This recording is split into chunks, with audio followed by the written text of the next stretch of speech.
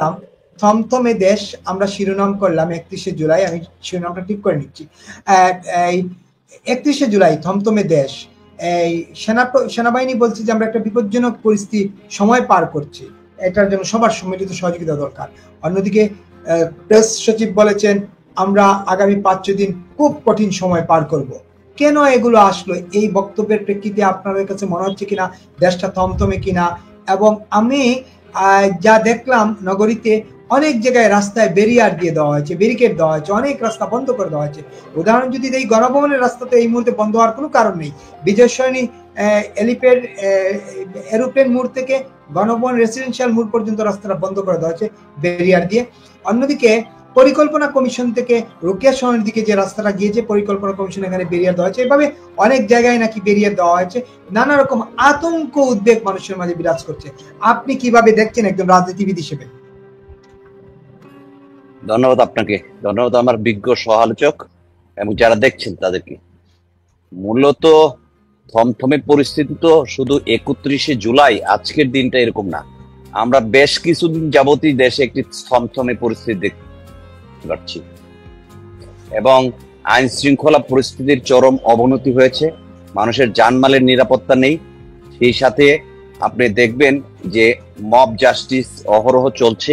এটি পুরনো কথা, অনেকদিন যাবত বলতেছি বিভিন্ন টকশোতে। মানে এই জিয়াটা বন্ধ করার মতো কোনো প্রকার লক্ষণীয় অবস্থান আমরা কিন্তু লক্ষ্য করছি না। গত 1-2 মাস যাবত যে অবস্থা চলছে, এই অবস্থায় একটা রাষ্ট্র চলতে পারে এটা আমি ব্যক্তিগতভাবে মনে করি না। কারণ আমি হেঁটে যাব রাস্তা দিয়ে, এটা যে নিরাপদভাবে আমার গন্তব্যে পৌঁছতে পারবো এরকম কোনো অবস্থা আজকে বাংলাদেশে বিরাজমান নাই। আর কিছুক্ষণ পরেই মানে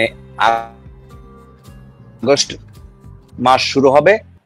সরকারের পক্ষ থেকে যে আশঙ্কা করছে, আমরা যা শুনছি বিভিন্ন মিডিয়াতে, বিভিন্ন সামাজিক যোগাযোগ মাধ্যমে, যে এই আগস্ট মাসে আওয়ামী লীগের কর্মসূচি থাকবে, তারা দেশে একটা অস্থিতিশীল পরিস্থিতি সৃষ্টি করতে পারে, এরকম একটা মানে তোলা হচ্ছে। এবং এই প্রেক্ষাপটে কিছু সতর্কবাণী, এটার কোন সত্যতা যদিও পাই নাই, তারপরে এসবির পক্ষ থেকে একটা সতর্কবাণী এসছে একজন ডিআইজি এসপি বরাদ দিয়ে। এটা মিথ্যা হলে ওরা আবার আরেকটা দিতে পারতো, যেহেতু আরেকটা পর্যন্ত আমি দেখি নাই কোনো মিডিয়াতে। তাহলে এই সব মিলিয়ে দেশের একটা থমথমে পরিস্থিতি বিরাজ করছে, একটা নৈরাজ্যজনক অবস্থা বিরাজ করছে, এইটা নিঃসন্দেহে বলা যায়। মানে মানুষ যে আশা করেছিল অন্তর্বর্তী সরকার আসলে দেশের সবকিছুতেই একটা মানে শান্তি শৃঙ্খলা আসবে, এটার বিপরীত অংশ হয়েছে। আজকে দেখবেন শুধু যে মানে আইন শৃঙ্খলা পরিস্থিতির অবনতি, মানুষের নিরাপত্তাহীনতা, এই অবস্থা, এরকম অবস্থা কিন্তু না। পাশাপাশি সুশাসনের যে ব্যবস্থাটা ছিল সেটাও কিন্তু বাধাগ্রস্ত হচ্ছে। যেখানে যেভাবে খুশি চাপ দিয়ে বিচারালয়কেও কিন্তু প্রভাবিত করা হচ্ছে, সেখানে একটা থমথমে পরিস্থিতি, বাজারের থমথমে পরিস্থিতি, অর্থনৈতিকভাবে থমথমে পরিস্থিতি, বিনিয়োগ নেই, মার্কিন নিষেধাজ্ঞা করার উপর পরে বেকারত্ব বাড়ছে, 28 লক্ষ লোক বেকার হয়ে গেছে। তার মধ্যে অর্থনীতিবিদরা, যারা বিশ্লেষক, তারা আশঙ্কা করছে আগামী 2 মাসের মধ্যে আরো অনেক শিল্প কারখানা বন্ধ হয়ে যাবে এবং আরো লক্ষ লক্ষ লোক বেকার হবে। সেখানেও কিন্তু থমথমে পরিস্থিতি। থমথমে পরিস্থিতি কোথায় নাই? আপনি যদি দেখেন উপদেষ্টার বাড়ি মুরাদনগর, ছাত্র উপদেষ্টা, সেখানে তার বাড়িতেও হামলা হয়েছে এবং হতাহত হয়েছে। এই যে অবস্থা, উপদেষ্টার বাড়িতেও কিন্তু থমথমে অবস্থা। কাজে এটা যে আজকে হয়েছে বা আজকেই থমথমে অবস্থা এরকম নাই। আজকের দিনটাকে রাস্তাঘাট বন্ধ করার যে ব্যাপারটা আপনি বলেছেন, এটা হয়তো বা যেহেতু আর কয়েক ঘন্টার মধ্যে আগস্ট মাসে পদার্পণ করছে, সেই কারণে আগস্টের হিসাবে সেটা একটা সরকার আশঙ্কা করছে যে অন্য কিছু হইতে পারে। সেই কারণে সরকার আইন শৃঙ্খলা রক্ষা করার রাস্তাঘাটে ব্যারিকেড দেওয়া এবং বিভিন্ন চেকপোস্ট বসানো, এইটা নতুন কিছু এটা বলবো না আমি। এটা বিগত সরকার সময় বিভিন্ন পরিস্থিতিতে কিন্তু এই জিনিসগুলো হয়েছে, যখন আশঙ্কা করা হয়েছিল। এটা সরকার নিতে পারে, কিন্তু সরকার কতটুকু দেশকে করছে সেটা আমরা দেখছি না। আরেকটা থমথমে পরিস্থিতি বাংলাদেশের জন্য খুবই মানে ভয়ঙ্কর ব্যাপার আমি মনে করবো, সেটা হলো নির্বাচনের তারিখ। ফেব্রুয়ারির এত তারিখে নির্বাচন হবে, এই কথাটা কিন্তু কেউ বলে নাই। কিন্তু প্রেস সচিব যে কথাটি বলল যে উনি ও নির্দিষ্ট তারিখের পরে যাবে না, আমরা জানতে চাই সেই নির্দিষ্ট তারিখটা কবে। কোন নির্দিষ্ট তারিখ তো সরকারের ইয়াতে নির্বাচন কমিশন ঘোষণা করে নাই। নির্বাচনের তারিখ ঘোষণা করার দায়িত্ব সাংবিধানিকভাবে নির্বাচন কমিশনের। নির্বাচন কমিশন যদি সুনির্দিষ্ট তারিখ ঘোষণা করত তাহলে আমরা বলতে পারতাম যে এই তারিখের বাইরে নির্বাচন কোনোভাবেই যাবে না। এখন পর্যন্ত ফেব্রুয়ারি ডিসেম্বর আপনি যেটা বললেন, আমরাও বলছি আসলে এটা কোন সময় হবে সেটা নির্ধারণ না করে আমরা বলছি যে এর নির্দিষ্ট সময় এর বাইরে যাবে না। নির্দিষ্ট সময় ঠিক করা হলো না, তাইলে এটা বাইরে যাবে না। এই বক্তব্যটা একটা হাস্যকর বক্তব্য বলে আমি মনে করছি। আরেকটা বিষয়ে আমি মনে করি যে পুরা জাতি এটা নিয়ে একটা আতঙ্কজনক অবস্থান আছে, যে জাতীয় ঐক্যমত্য কমিশন যেভাবে মানে কোটি কয়েক দলকে নিয়ে, যারা জনগণের প্রতিনিধিত্ব দু একটা দল ছাড়া ওই জায়গায় খুব কম সংখ্যক দলই করে, আর আমরা যারা সংসদে ছিলাম আমাদেরকে সহ অনেকগুলা রাজনৈতিক দলকে সেখানে ডাকাই হয় নাই। এটা ঐক্যমত্য কমিশনের নামে একটা বিভাজনের কমিশন সৃষ্টি করা হয়েছে এবং বলা হচ্ছে যে নির্বাচনে কিছু দল দাবি করছে নির্বাচনে অংশগ্রহণ করার কারণে এমক দলকে বাতিল করেন, 14 দলকে বাতিল করেন, জাতীয় পার্টিকে বাতিল করেন। আওয়ামী লীগ তো একটা অস্থায়ী নিষেধাজ্ঞার মধ্যে আছেই। আওয়ামী লীগ সরকারে ছিল, তারা খুন হত্যার সাথে জড়িত ছিল, তাদেরকে সেই অজুহাতে বাতিল করতে পারে। কিন্তু গণপ্রজাতন্ত্রী অধ্যাদেশে অন্যান্য রাজনৈতিক দল, জাতীয় পার্টি সহ তারা তো সেখানে মানে দলগতভাবে নিষিদ্ধ হওয়ার মতো কোনো কাজ করে নাই। নির্বাচন কমিশন যদি আমরা বলি স্বাধীন, যদিও দন্তহীন স্বাধীন, তারা নির্বাচন ঘোষণা করেছে। সেই নির্বাচনে একটি দল ইচ্ছা হলে যেতে পারে, আর একটি দল ইচ্ছা হলে বর্জন করতে পারে। এইটার সাংবিধানিক অধিকার তার। যারা গিয়েছে তাদেরকে এখন রাজনীতি করতে দিবেন না আপনি, এটা তো হতে পারে না। তাহলে 31টা রাজনৈতিক দল সেখানে অংশগ্রহণ করেছে আমার জানা মতে গত নির্বাচনগুলোতে। সেখানে 18 নির্বাচনে কামাল হোসেনের নেতৃত্বে বিএনপিও ছিল, জামাতের শফিক সাহেব ইলেকশন করেছে, তারও 25 জন লোক ছিল, অন্যান্য দলগুলা ছিল, রব্বাই ছিল, তারপরে মান্নাবাই ছিল, তারাও অংশগ্রহণ করেছে, চরমনায়ের পীর অংশগ্রহণ করেছে। এখন আমরা দেখছি 14 দল সহ জাতীয় পার্টি কয়েকটা দলকে শুধু ইয়া করা হচ্ছে, আর অন্য অংশগ্রহণকারী সবাইকে সেই সুযোগ দেওয়া হচ্ছে সেই সংলাপে। জাতিকে এইভাবে বিভাজন করা, এটা পরবর্তী নির্বাচন এবং এই অধ্যাদেশের মাধ্যমে ঐক্যমত্য কমিশনের যে গুলো সমঝোতা হচ্ছে এগুলো যদি পাশ করা হয় আর পরবর্তীতে অবাধ, সুষ্ঠু, নিরপেক্ষ, অংশগ্রহণমূলক নির্বাচন হয়, সেই নির্বাচনে যাদেরকে না ডাকা হচ্ছে না তারা যদি সংখ্যাগরিষ্ঠ আসন পায়, বাংলাদেশের রাজনীতি বলার কিছু নেই, সংখ্যাগরিষ্ঠ আসন পেতেও পারে, পায়, তাহলে তো একটা আইনও কার্যকর হবে না। ঐক্যমত সৃষ্টি করতে হলে অবশ্যই জাতীয় রাজনীতিতে যারা প্রতিনিধিত্ব করে, জনগণের যাদের সমর্থন আছে, সবাইকে নিয়ে ঐক্যমত করতে হবে। আর নির্বাচন একটা অংশগ্রহণমূলক, অবাধ, সুষ্ঠু, নিরপেক্ষ হতে পারে। তাইলেই বাংলাদেশ থেকে আপনি যেটা বললেন 31শে জুলাই, আমি বলছি যে 31শে জুলাই বাইরেও যে সেই থমথমে পরিস্থিতিটা একটা স্থিতিশীল অবস্থায় আসতে পারে, একটা অবাধ, সুষ্ঠু এবং অংশগ্রহণমূলক নির্বাচনের মধ্য দিয়ে এই সরকার আর খুব বেশি দেশ টেনে নিয়ে যাওয়ার মতো অবস্থানে আছে বলে মনে করি না। একেবারে সঙ্গে থাকুন। আর এই কি প্রশ্ন মঞ্জু ভাই আপনাকে করতে চাই, রেজা ভাই বলছিলেন যে যেহেতু আজ থেকে আর মধ্যরাত থেকে 1 আগস্ট শোকাবহ মাস, আগস্ট মাস শুরু হবে, সেই কারণে সরকার নানাভাবে উদ্বিগ্ন যে আওয়ামী লীগের তরফ থেকে কোনো ধরনের প্রতিরোধের মুখে পড়ে কিনা। কিন্তু নানা জায়গায় যে তথ্যপাত্র ছড়িয়ে পড়েছে সেটি হচ্ছে যে এই সড়ক অবরোধ বা সড়কে ব্যারিয়ার দেওয়া এক জিনিস, একদম সড়ক বন্ধ করে দেওয়ার এক জিনিস। সড়ক বন্ধ করে দেওয়া হয়েছে, যে 2-3টা সড়কের কথা বললাম। অন্যদিকে সেনাবাহিনীর এই বক্তব্য, আর প্রেস সচিবের বক্তব্য, তারপরে নানা কথা শোনা যাচ্ছে যে 3 তারিখ জুলাই ঘোষণাপত্র শহীদ মিনার থেকে ঘোষণা দেওয়া হবে। এই জন্য একটা প্রস্তুতি যারা ঘোষণা দিতে চান, এনসিপি, বৈষম্য ছাত্র আন্দোলন সহ তাদের সমন্বয় যারা, এর সঙ্গে বিভিন্ন ধর্মীয় এবং নিষিদ্ধ ঘোষিত সংগঠন সক্রিয়, তাদেরই বিভিন্ন ফোর্স রাজধানীতে অবস্থান করছে, ঢুকছে বলে অনেকেই বলা বলি করছেন। কতটা সত্য মিথ্যা সেটা আমরা জানি না, যাচাই করার সুযোগও নাই।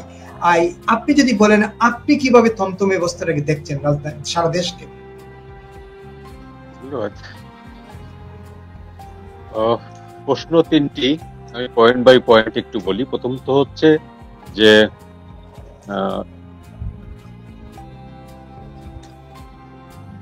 তারা যে জুলাই ঘোষণার কথাটি বলেছেন 3 তারিখে, এটি তো অনেক আগে থেকে ঘোষণা করা। সরকারের কাছে একবার দাবি করেছিল 31 ফেব্রুয়ারির মধ্যে, তারপরে মার্চের মধ্যে।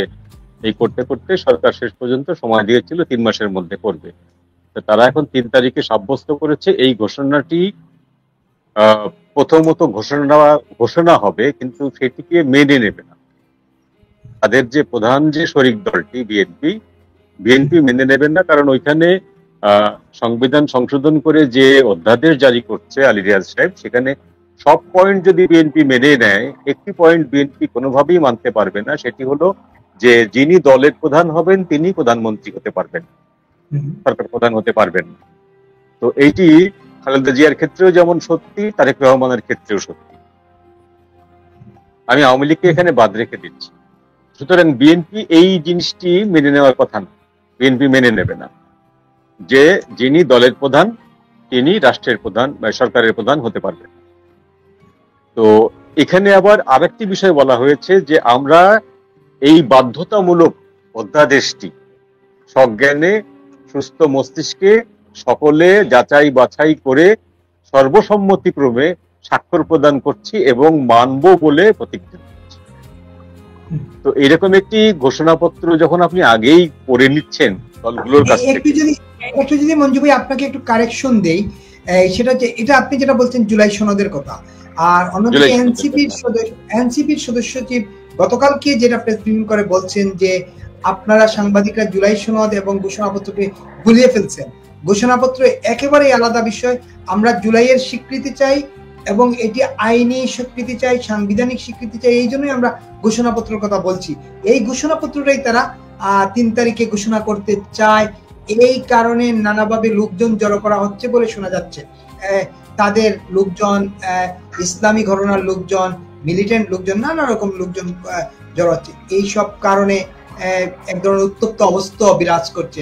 আপনি জানেন ছাত্রদল শহীদ মিনারে ওই একই সময়ে একই দিনে সমাবেশ ডেকেছিল, কিন্তু তারা পরে গতকালকেই ব্রিফিং করে তারা জানাইছে তারা এই জায়গা থেকে সরে আসছে।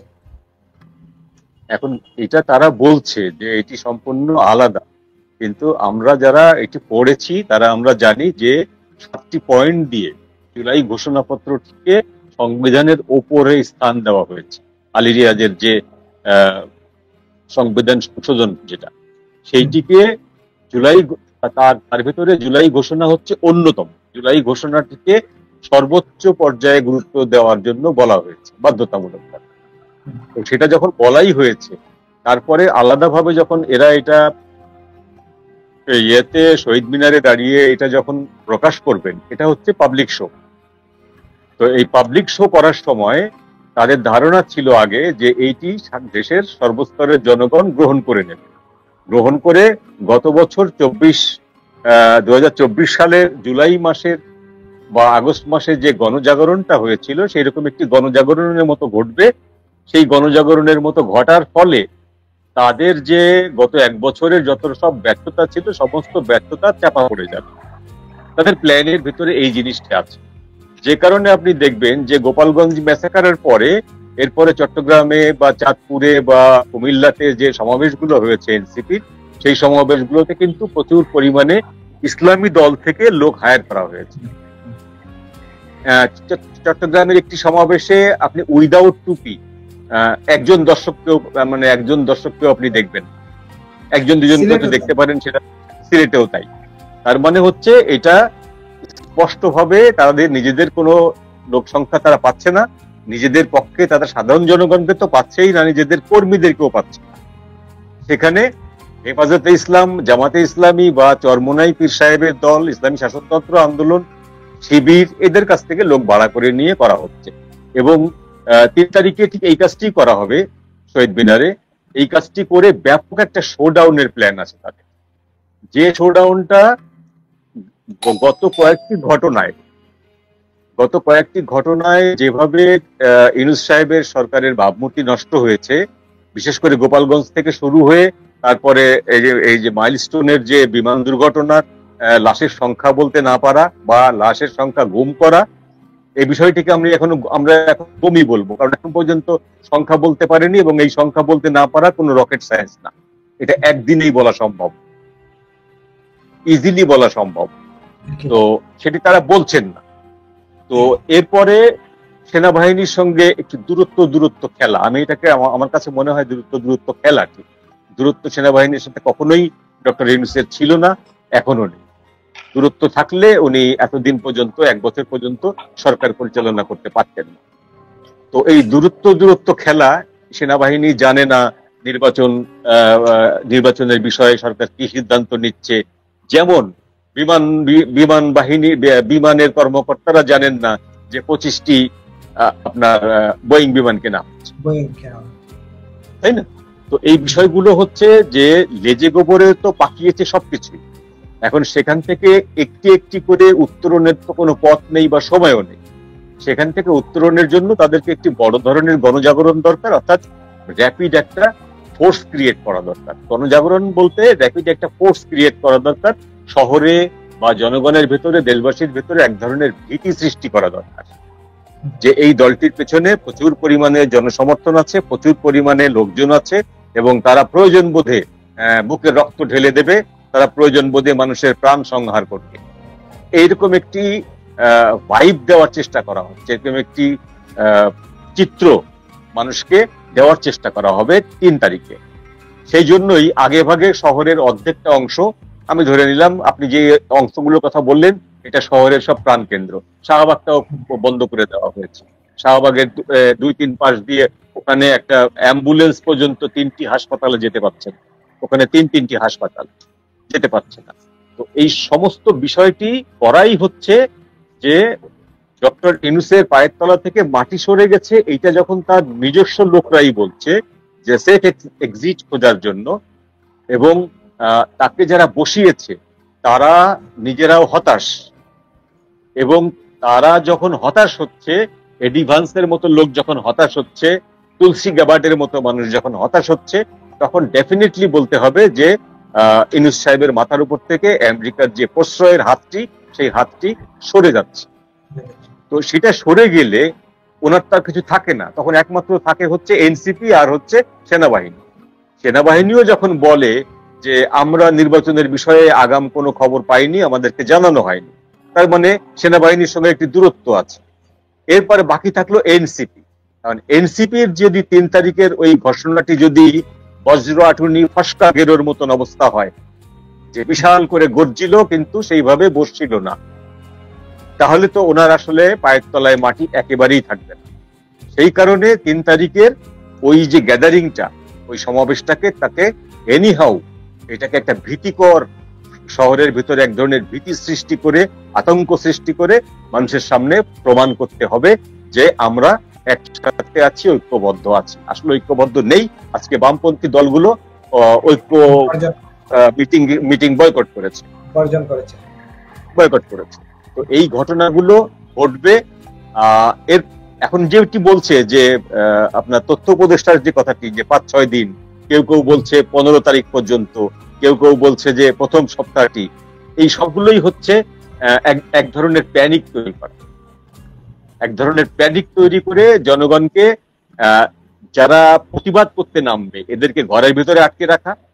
এবং এর আগে আপনি খেয়াল করে দেখুন, পুলিশের পক্ষ থেকে একটি বিবৃতি জারি করা হয়েছিল পুলিশ উপমহাপরিদর্শকের, যে 1 তারিখ থেকে আগস্টের 1 তারিখ থেকে সকল জায়গায়, বিশেষ বিশেষ জায়গায় তল্লাশি করা হবে, সকল ধরনের যানবাহন তল্লাশি করা হবে, বিশেষ করে মোটরসাইকেল আরোহীদেরকে